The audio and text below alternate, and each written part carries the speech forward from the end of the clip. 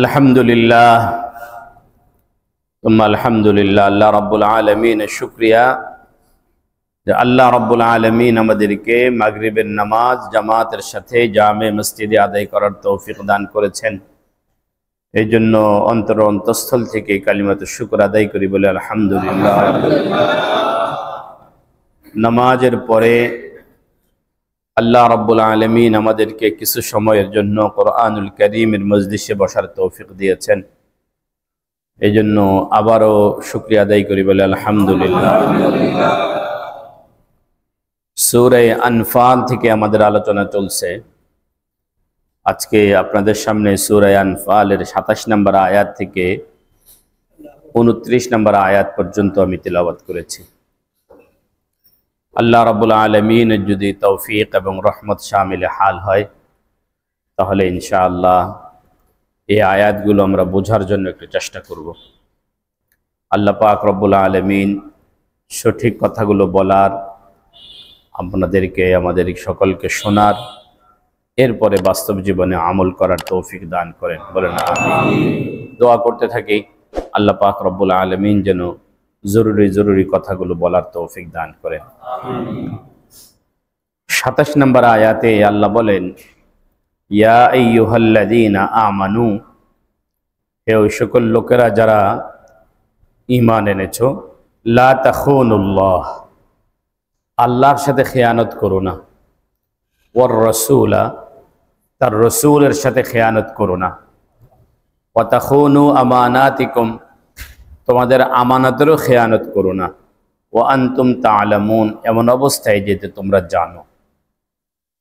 জেনে শুনে আল্লাহর খেয়ানত করো না, রসুলের খেয়ানত করো না, এবং তোমাদের আমানতের খেয়ানত করো না। আমানত রক্ষা করা এটা ঈমানের বৈশিষ্ট্য। যে ব্যক্তি আমানত রক্ষা করে না তার ঈমান নেই। লা ঈমানা লিমান লা আহদালা বা লিমান লা আমানাতালা। যে আমানত পুরা করে না, খেয়ানত করে, তার ঈমান পরিপূর্ণ নয়। এই জন্য ঈমানদার হওয়ার জন্য আমানত রক্ষা করা খুব জরুরি। ঈমানদার হওয়ার জন্য আমানত রক্ষা করা জরুরি। খেয়ানত করা এটা মুনাফিকের আলামত, খেয়ানত করা এটা কুফরের আলামত। এই জন্য ঈমানদার আমানত রক্ষা করে, খেয়ানত করে না। ঈমানদার আমানত রক্ষা করে, খেয়ানত করে। মানুষ যে সকল বিষয়ে খেয়ানত করে, একটা হলো আল্লাহর হকের ক্ষেত্রেও খেয়ানত করে, রসুল সাল্লাল্লাহু আলাইহি ওয়াসাল্লামের হকের ক্ষেত্রেও খেয়ানত করে, আবার অপর মুসলমানের হকের ক্ষেত্রেও খেয়ানত করে। আল্লাহ রাব্বুল আলামিনের ব্যাপারে খেয়ানত হলো যে আল্লাহ রাব্বুল আলামিন যে হুকুমগুলো দিয়েছেন সেই হুকুমগুলোকে অমান্য করা। এটা হলো আল্লাহর সাথে খেয়ানত। আল্লাহ রাব্বুল আলামিন যা কিছু আমার কাছে তার হুকুম হিসেবে, তার আল্লাহ পাকের যা আছে আমার কাছে, সেগুলোর সাথে অন্যায় আচরণ করা, এটাও খেয়ানত। একটা তো হলো আল্লাহ রাব্বুল আলামিনের আদেশ নিষেধকে অমান্য করা, এটা কি খেয়ানত। আরেকটা হলো আল্লাহ রাব্বুল আলামিনের কিছু আমানত আমার কাছে আছে, যেগুলোর মালিক আমি নই, মালিক আল্লাহ, আমাকে শুধু ব্যবহারের অনুমতি দিয়েছেন। মালিককে আল্লাহ, কিন্তু আমাকে কি দিয়েছেন? ব্যবহারের অনুমতি দিয়েছেন। এই চোখের মালিক আমি না, মালিককে আল্লাহ। এই কানের মালিক আমি না, মালিককে। এই হাতের মালিক বলেন, জিহ্বার মালিক, আমার চিন্তা চেতনার মালিক, আমার পুরা বডির মালিক আল্লাহ। আল্লাহ আমাকে, আমার কাছে আমার এই শরীরটা আমার কাছে আমানত, এবং এই শরীরটা ব্যবহার করতে হবে আমার হুকুমে নয়, যিনি আমানত রাখছেন তার হুকুমে, যিনি আমানত রেখেছেন তার হুকুম। এখন চোখের যিনি মালিক, তিনি যেভাবে ব্যবহার করতে বলছেন সেভাবে ব্যবহার না করে ভিন্নভাবে ব্যবহার করা, এটা আল্লাহ পাকের আমানতের খেয়ানত, আল্লাহর সাথে খেয়ানত। কানটাকে যেভাবে ব্যবহার করতে বলছেন সেভাবে ব্যবহার না করে ভিন্নভাবে ব্যবহার করা, এটা আল্লাহর সাথে খেয়ানত। হাত আল্লাহ যেভাবে ব্যবহার করতে বলছেন সেভাবে ব্যবহার না করে অন্যভাবে ব্যবহার করা, অন্যায়ভাবে ব্যবহার করা, এটা খেয়ানত। লা তাখুনুল্লাহ, ইমানদার হলে তুমি আল্লাহর সাথে খেয়ানত করো। যদি ইমানদার হতে হয় তাহলে আল্লাহর সাথে খেয়ানত করা যাবে না। আল্লাহর সাথে খেয়ানতের অর্থ হলো যে আল্লাহ রাব্বুল আলামিন আমাকে যা দিয়েছেন, যেটাকে যেভাবে ব্যবহার করতে বলছেন সেটাকে সেভাবে ব্যবহার না করে ভিন্নভাবে ব্যবহার করা, এটা খেয়ানত। কথা বুঝাইতে পারিনি? এটাই তো কি খেয়ানত। তাহলে চোখ গুনাহের কাজে ব্যবহার করা খেয়ানত, কান গুনাহের কাজে ব্যবহার করা খেয়ানত, হাতকে গুনাহের কাজে ব্যবহার করা খেয়ানত, জিহ্বাকে গুনাহের কাজে ব্যবহার করা খেয়ানত, পাকে গুনাহের কাজে ব্যবহার করা, এটাও খেয়ানত। তাহলে মূল কথা দাঁড়াইলো যে তুমি তোমার অঙ্গ প্রত্যঙ্গ দ্বারা কোনো গুনাহ করো। সন্তান আল্লাহর পক্ষ থেকে, আল্লাহর একটা আমানত আমার কাছে, সন্তানকে অন্যায়ের কাজে ব্যবহার না করা। এভাবে আল্লাহ রাব্বুল আলামিনের যতগুলো নিয়ামত আমার কাছে আছে, এই সমস্ত নিয়ামত আল্লাহ পাকের দেয়া আমানত। যেটা আমি আমার বলে দাবি করি সেটা আল্লাহর মালিকানা। এগুলোকে অন্যায়ভাবে ব্যবহার করা যাবে না। অন্যায়ভাবে ব্যবহার করার অর্থই হলো খেয়ানত করা। লা তাখুনুল্লাহ, তোমরা আল্লাহর সাথে কি করো না? খেয়ানত করো না। ওয়ার রাসূলা, এবং রাসূলের সাথেও খেয়ানত করো না। রাসূলের সাথেও খেয়ানত করো না। রাসূলের সাথে খেয়ানতের দুই অর্থ। একটা হলো রাসূল সাল্লাল্লাহু আলাইহি ওয়াসাল্লাম যা কিছু নির্দেশ দেন, এই নির্দেশের বরখেলাফ তুমি করো। রাসূলুল্লাহ সাল্লাল্লাহু আলাইহি ওয়াসাল্লামের স্বার্থ সংশ্লিষ্ট, স্বার্থের বাইরে, ওনার সাথে স্বার্থের সাথে যায় না এমন কোন কাজের সাথেও তুমি কি হই না? জড়িত। লা তাখুনুল্লাহ ওয়ার রাসূলা, পুরোটাকে মিলায়া একটা অর্থ হলো এই, আল্লাহ এবং আল্লাহর রাসূলের সাথে খেয়ানত করো না, অর্থ হলো ইসলামের সাথে তুমি খেয়ানত করো না। লা তাখুনুল্লাহ ওয়ার রাসূল, আল্লাহ এবং আল্লাহর রাসূলের সাথে খেয়ানত করো না মানে কি? ইসলামের সাথে তুমি কি করো না? খেয়ানত করো। বিষয়টা বোঝার জন্য দুটো ঘটনা শুনেন। বনু কুরাইজা, মদিনার একটা ইহুদি পল্লী। রাসূল করিম সাল্লাল্লাহু আলাইহি ওয়াসাল্লাম এদেরকে বন্দী করলেন, হিসার করলেন। একটা পর্যায়ে হযরত সাদ রাদিয়াল্লাহু তাআলা আনহু যে ফয়সালা করবেন, এই ফয়সালার উপরে একমত হলেন যে সাদ তাদের ব্যাপারে যে ফয়সালা দিবেন সেই ফয়সালা ইহুদিরা কি করে নেবে? মেনে নেবে। এখন হয়তো সাদ রাদিয়াল্লাহু তাআলা কি ফয়সালা দিবেন ইহুদিরা উৎকণ্ঠার মধ্যে রয়েছে। আবু লুবাবা নামে এক সাহাবী, ওনার স্ত্রী পুত্র ওই বন্দী ইহুদিদের ওই পল্লীতে ছিল, ওই ঘেরাওর ভিতরে ওনারাও কি রয়ে গেছে। এখন মুসলমানরা যদি ইহুদিদের স্বার্থের বিরুদ্ধে যদি হযরত সাদ যদি ফয়সালা দেন, তাহলে ওনার স্ত্রী পুত্ররা বিপদে পড়ে যেতে পারে। স্ত্রী পুত্ররা যদি বিপদে যেন না পড়ে, ইহুদিরা যেন তাদের উপরে খড়গহস্ত না হয়, এই জন্যই আবু লুবাবা উনি ইহুদিদের কাছ থেকে একটু সহায়তা কামনা করতে চাচ্ছিলেন, যেন ওনার ব্যাপারে একটু সফট থাকে। এই জন্য ইহুদিরা ওনাকে জিজ্ঞাসা করলেন যে সাদ যে ফয়সাল মানছি তার ফয়সালাটা কেমন হবে? হযরত সাদ রাদিয়াল্লাহু তাআলা আনহু যদি ফয়সালা করেন আমাদের ব্যাপারে, ফয়সালাটা কেমন? তো উনি ইশারা দিছেন। কি ইশারা দিছেন? ওনার হলকুমের দিকে উনি কি করছেন? গলার দিকে কি দিচ্ছেন? ইশারা দিচ্ছেন। এতে ইহুদিরা বুঝে নিছে যে কিসের ফয়সালা হবে? হত্যার ফয়সালা। এই যে উনি একটু করলেন, আল্লাহ পাক রব্বুল আলামিন আল্লাহর হাবিবকে বিষয়টা কি করছেন? জানাচ্ছেন। এই জন্য সতর্কবাণী উচ্চারণ করছেন, লা তাখুনুল্লাহ ওয়ার রাসূল ওয়া তাখুনু আমানাত, যে তোমরা আল্লাহ এবং আল্লাহর রাসূলের সাথে কি করো না? খেয়ানত করো। এটা তো মুসলমানদের বিষয় ছিল, তুমি কেন বলতে গেছো খেয়ানত?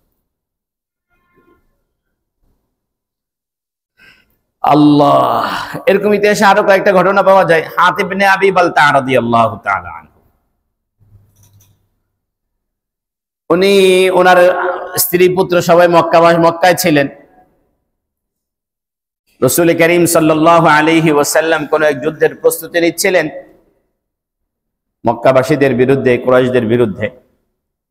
তো উনি এক গায়িকা মক্কা থেকে মদিনায় আসছিল, সেই মদিনা থেকে গায়িকা যখন আবার মদিনা থেকে যখন তাকে বের করে দেওয়া হচ্ছিল, তো ওর কাছে একটা চিঠি লিখছেন মক্কাবাসীদের কাছে, নবীজি মদিনার অ্যাক্টিভিটি নিয়ে মক্কাবাসীকে কি করতে চাচ্ছিলেন, জানাই দিতে চাচ্ছিলেন। ওই মহিলার কাছে চিঠিটা দিয়েছিলেন। এই হাতিব ইবনে আবি বালতার এই চিঠির বিষয়টা নবীজির কাছে প্রকাশ হয়ে গেছে। সাহাবা ইকরাম হযরত হাতিব ইবনে আবি বালতার কাছ থেকে প্রতিশোধ দিতে চাইলেন, নবীজি নিষেধ করছেন, বাধা দিচ্ছেন। কিন্তু বিষয়টা হলো যে মুসলমানদের বিষয়গুলোকে মদিনাবাসী অমুসলমানদেরকে জানানোর যে ব্যাপারটা ছিল, এটাকে আল্লাহ পাক রব্বুল আলামিন নিষেধ করে বললেন, লা তাখুনুল্লাহ ওয়ার রাসূল, আল্লাহ এবং আল্লাহর রাসূলের কি করো না, খেয়ানত। তাফসীরের এক বর্ণনায় পাওয়া যায়, রাসূল করিম সাল্লাল্লাহু আলাইহি ওয়াসাল্লাম যখন আবু সুফিয়ানের ওই কাফেলাকে ধরার জন্য বের হচ্ছিলেন, তখন কিছু মুনাফিক এই বিষয়টা মক্কাবাসীদেরকে জানায় দিয়েছে। মুনাফিকরা নবীজি সাল্লাল্লাহু আলাইহি ওয়াসাল্লাম কিন্তু মক্কা থেকে মদিনা থেকে যখন বের হচ্ছিলেন বদরের দিকে, তখন 313 জন না, সংখ্যা আরো বেশি ছিল। পথিমধ্যে গিয়ে মুনাফিকরা কি করছে, ইউটার্ন নিছে। না, এটা উহুদ যুদ্ধের ঘটনা। উহুদ যুদ্ধের সময় মুসলমানদের সংখ্যা বেশি ছিল, পথিমধ্যে তারা ইউটার্ন নিছে। কিন্তু বদরের যুদ্ধের সময়ও মুনাফিকই করছে যে রাসূল করিম সাল্লাল্লাহু আলাইহি ওয়াসাল্লাম যে কুরাইশের এই কাফেলাকে ধরার জন্য বের হয়েছেন, এটা তারা কি করছে, তো এটাকেই কেন্দ্র করে আল্লাহ পাক রব্বুল আলামিন আয়াত নাযিল করলেন, লা তাখুনুল্লাহ ওয়ার রাসূল, তোমরা এবং আল্লাহ এবং আল্লাহর রাসূলের সাথে কি করো না। এখান থেকে যেটা বোঝা গেল, কোন মুসলমানের জন্য এটা জায়েজ নাই মুসলমানের স্বার্থের ব্যাঘাত ঘটায়া অমুসলমানের সাথে হাত মিলানো, মুসলমানের স্বার্থের বিরোধী হয়ে অমুসলমানের সাথে কি করা, হাত মিলানো। যার কারণে ইতিহাসে মীর জাফর যে কাজের জন্য কি হয়ে গেছে, ইতিহাসে বিখ্যাত হয়ে গেছে, এবং তার নামটাও এতটা ধিকৃত হয়ে গেছে, এখন মুসলমানের ছেলেদের নাম কিন্তু আর কি রাখে না। মানে মুসলমানের স্বার্থের বিরোধী। আমি একটা জিনিস মাঝে মাঝে চিন্তা করি, কিছু নাম এরকম আছে যে ইসলাম এবং মুসলমানদের বিরোধিতার কারণে নামটা এত পচা গেছে যে পরবর্তীতে তাদের পরে মানুষ ওই নামে আর নিজেদের সন্তানের নাম রাখে নাই। না মুসলমানরা রাখছে, না অমুসলমানরা রাখছে। আবু জাহেলের নামে পরবর্তীতে কোনো হিন্দু তার ছেলের নাম কি রাখে নাই। উমাইয়া বিন খালাফের নামে কোনো ছেলের নামও কি রাখে নাই, কোনো কাফেরও তাদের নাম কি রাখে নাই। উতবা, সাইবা এগুলো নাম রাখে নাই, রাখছে। জর্জ বুশের নামেও কেউ এখন আর কি রাখে না, কার সন্তানের নাম কি রাখবে না, বুশ রাখে না। এতটা ধিকৃত হয়ে গেছে। মীর জাফরের নামেও কোনো মুসলমানের সন্তান কি রাখে না, এই নামটা রাখে।